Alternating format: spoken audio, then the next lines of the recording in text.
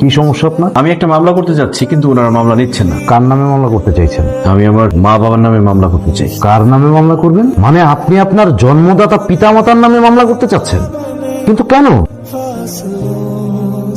উনি তোমার হাত ধরে আছে কেন? উনি কে? ও আমার স্ত্রী। হোয়াট? কি বলছো বাবা তুমি এসব? হ্যাঁ, আজ সকালে আমরা কাজী অফিসে গিয়ে বিয়ে করেছি। এই বয়সে তুমি আরেকটা বিয়ে করেছো বাবা? আমি আমার বন্ধু বান্ধবের কাছে মুখ দেখাবো কি করে? কেন? আমি তো বিয়ে করেছি, চুরি করিনি। বাবা, এটা তোমার বিয়ের বয়স না। তোমার ঘরে এত বড় একটা ছেলে আছে, তারপরেও তুমি বিয়ে করার আগে একবারও কি আমার কথা ভাবনি তুমি? তোমার মা তো তোমার কথা কখনো ভাবেনি।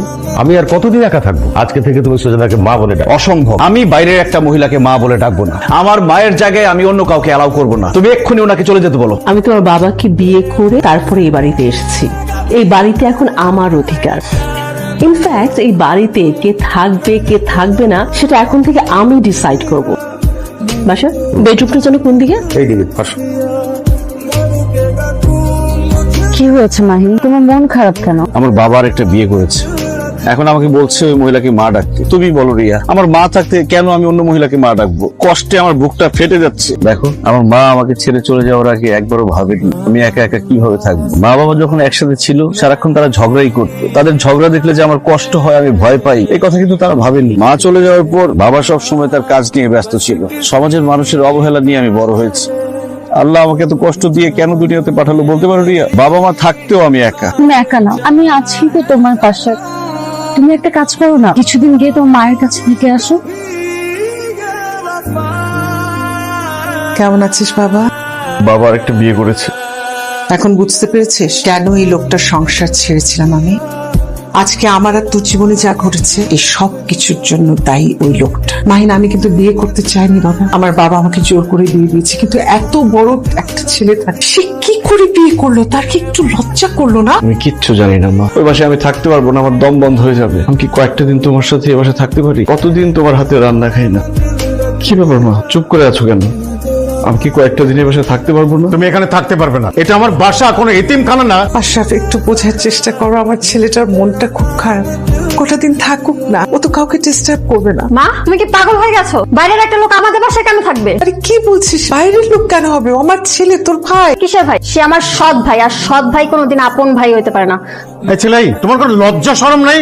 তোমাকে এত কিছু বলা হচ্ছে, তারপরে তুমি এখানে দাঁড়া আছো? যাও এখান থেকে, চলে যাও।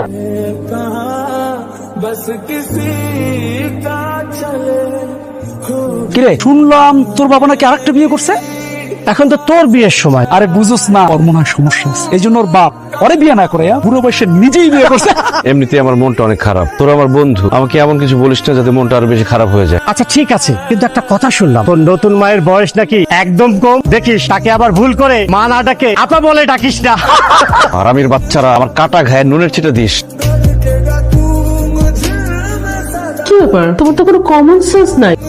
দেখছো যে এখানে হাজবেন্ড ওয়াইফ বসে খাচ্ছে। উনি আপনার হাজবেন্ড হলেও আমার বাবা। আমি সবসময় আমার বাবার সাথে একসাথে খাই। কি ব্যাপার বাবা, আজকে খাওয়ার আগে আমাকে ডাকলে না যে? তুমি কি কচি খোকা? শোনো, এতদিন তুমি তোমার বাবার সাথে খেয়েছো, এখন তোমার বাবা বিয়ে করেছে, সে এখন আমার সাথে খাবে। আমাদের খাওয়া শেষ হবে, তারপরে এসে তুমি খাবে।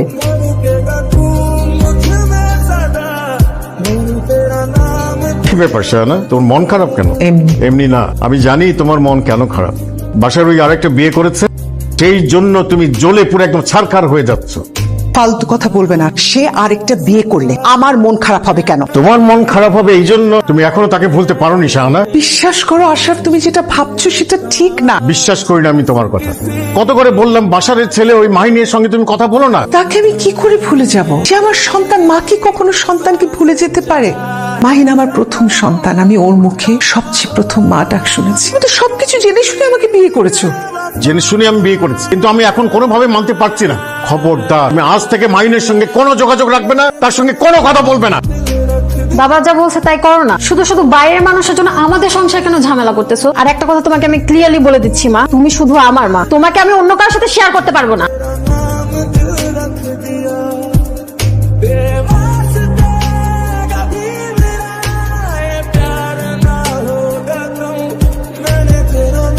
বাবা আমাকে ডেকেছো? হ্যাঁ শোন, আমাদের তো ঢাকা শহরে অনেকগুলো ফ্ল্যাট আছে, যে উত্তরা 4 নম্বর সেক্টরে যে নতুন ফ্ল্যাটটা দিলাম না, আমি চাই তুই আগামীকাল থেকে ওখানে উঠে পড়। কেন আমার বাসা ছেড়ে আমি অন্য ফ্ল্যাটে কেন থাকবো? বাবা তুমি কি ইনডাইরেক্টলি আমাকে বাসা থেকে চলে যেতে বলছো? আহা, ওটাও তো তোরই বাসা। বাসার এত ঘুরিয়ে পেঁচিয়ে কথা বলছো কেন? মাহিন, তুমি যেটা বুঝতে পেরেছো সেটাই।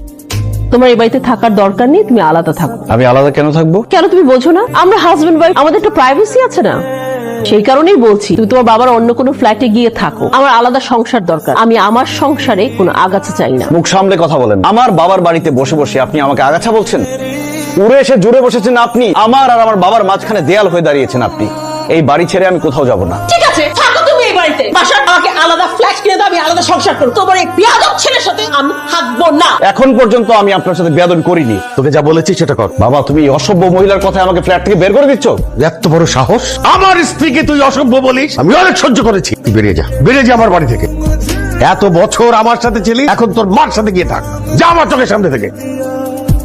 তোমার বাবা কি মানুষ? অন্য একটা মহিলার কথা শুনে তোমাকে এভাবে বাড়ি থেকে বের করে দিল। তুমি এখন কি করবে? তোমার বাবার তো অনেকগুলো ফ্ল্যাট আছে, তুমি কি কোনোটা কি উঠবে? আমি আমার বাবার ফ্ল্যাটে উঠবো না। দরকার হলে আমি রাস্তায় থাকবো, ফুটপাতে ঘুমাবো। কি বলছো তুমি? না না না না না, আমি তোমাকে এভাবে থাকতে দিব না। এক কাজ করি, চলো আমরা দুজন বিয়ে করে ফেলি। বিয়ে করব? কিন্তু তোমার বাবা কি আমাদের বিয়ে মেনে নিবে? কেন মেনে নিবে না? বাবাকে আমি অলরেডি তোমার কথা বলেছি। আঙ্কেল আমি রিয়াকে অনেক ভালোবাসি, ওকে বিয়ে করতে চাই। আমি কথা দিচ্ছি রিয়াকে অনেক ভালো রাখবো। আন্টি আঙ্কেল প্লিজ আপনারা আমাদের বিয়েতে অমত করবেন না। তুমি তো দেখতে শুনতে ভালো, মেধাবী, তাছাড়া তোমাদের ফ্যামিলি ব্যাকগ্রাউন্ড যেটা শুনলাম সেটাও খুব ভালো। খাবার থেকে নমত করার কিছু নাই। এক কাজ করো না, তোমার বাবা মাকে নিয়ে আগামী শুক্রবার আমাদের বাড়িতে আসো। আমরা দুই পরিবার বসে তোমাদের বিয়ের দিন তারিখ ঠিক করব। ঠিক আছে, আমি তাহলে বাবা মাকে নিয়ে আসবো। অসম্ভব, তোমার বাবা কোথাও যাবে না। আমার ছেলের বিয়ের ব্যাপারে কথা বলতে আমি কেন যেতে পারবো না? তোমার ছেলে কি বলেছে তুমি শোনোনি? তার মাকেও সাথে করে নিয়ে যেতে হবে। আমি চাই না তুমি তোমার এক্স ওয়াইফের সাথে কোথাও যাও বা কোনো কথা বলো। শোনো মাহিন, তুমি তোমার মাকে নিয়ে যাও। আমি মনে হয় না যেতে পারবো। তুই তোর মাকে নিয়ে যা। তোকে একটা অনুরোধ করি বাবা, কটা দিন তুই আমার সাথে আর দেখা করতে আসিস না। কেন মা? সুইটির বাবা তোকে একদম সহ্য করতে পারে না। আমার মতো ব্যাড লাক মনে হয় কারণ নাই। আমি নিজের মায়ের সাথে দেখা করতে পারবো না, কথা বলতে পারবো না, এটা তো সমস্যা। আচ্ছা ঠিক আছে, আমি আর কোনোদিন আসবো না। শুধু আমার একটা কাজ করে দাও। আমি রিয়ার বাবা মার কাছে বিয়ের প্রস্তাব নিয়ে গিয়েছিলাম, ওনারা এই বিয়েতে রাজি। তুমি আমার সাথে রিয়াদের বাড়িতে চলো, বিয়ের দিন তারিখ ঠিক করে এসো। আমি জীবনে আর কোনো কিছু চাইবো না তোমার কাছে। অসম্ভব! তোমার কত বড় সাহস, তুমি আমার স্ত্রীকে যেতে বলছো? রিয়া আপনার স্ত্রী হলেও আমার মা। শাহানা এখন আর তোমার মা না, সে এখন সুইটির মা, আমার স্ত্রী। আমার স্ত্রীর আগে একটা বিয়ে হয়েছে, এটা সমাজের মানুষ জানুক, এটা আমি চাই না। তুমি যাও এখান থেকে। আশরাফ, তুমি মাথাটা একটু ঠান্ডা করো। আমি না গেলে ওর বিয়েটা হবে না। প্লিজ তুমি আমাকে যাবার অনুমতিটা দাও। তুমি ওখানে যে তোমার এক্স হাজবেন্ডের সঙ্গে দেখা করবা না? আমার বাবা সেখানে যাবে না, বিশ্বাস করেন। প্লিজ আপনি মাকে যাওয়ার অনুমতি দেন। আপনার বিয়ের দিনটাই ঠিক করার দায়িত্ব আপনার বাবা। আমি আমার মাকে যেতে দিব না। এরপরেও যদি তুমি আমার অবাধ্য হয়ে তুমি যাও, আমি তোমাকে ডিভোর্স করব। তোমাকে না বলেছিলাম আমার বাবা মাকে নিয়ে আসার জন্য, আমার বাবা মা আসেনি। আঙ্কেল আপনি ভুলে যান আমার মা বাবা আছে, আমি নিজেই আমার অভিভাবক। আপনি বিয়ের দিন তারিখ ঠিক করেন। বিয়ের মতো গুরুত্বপূর্ণ একটা সিদ্ধান্ত তোমার সাথে তো একা বসে আমরা নিতে পারবো না। তোমার মা বাবা আসেনি কেন? আপনারা মনে হয় জানেন না, আমার মা বাবা ডিভোর্সড। একটা ব্রোকেন ফ্যামিলির ছেলের সাথে আমি আমার মেয়েকে কখনোই বিয়ে দেবো না। যার মা বাবা একসঙ্গে থাকতে পারে না, সংসার টিকাতে পারে না, সেই ছিল তোকে বিয়ে করে সংসার টিকাবে। যেমন বাবা তেমন যে ছেলে হবে না তারও কি কোনো গ্যারান্টি আছে? যে বাবা মা সন্তানকে ছেড়ে চলে গিয়েছে, সে যে তোকে ছেড়ে চলে যাবে না সেটা নিশ্চয়তা কোথায়? আন্টি বিশ্বাস করেন, আমি আমার বাবা মায়ের মতো না। আমি রিয়াকে অনেক ভালোবাসি। আমার বাবা মায়ের শাস্তি আপনারা আমাকে দিবেন না। আপনাদের পরে যদি কেউ রিয়াকে ভালোবাসে, সে আমি। শুধু ভালোবাসা দিয়ে তো কাজ হবে না, সামাজিক মর্যাদা বলে একটা কথা আছে। ওকে ছাড়া আমি বাঁচতে পারবো না বাবা। আমি যদি বিয়ে করি মাহিনকেই বিয়ে করবো। চুপ! আর একটা কথা বলবি না। আমি আমার মেয়েকে ব্রোকেন ফ্যামিলির ছেলের সাথে বিয়ে দেবো না। এই ছেলে, তুমি আসতে পারো।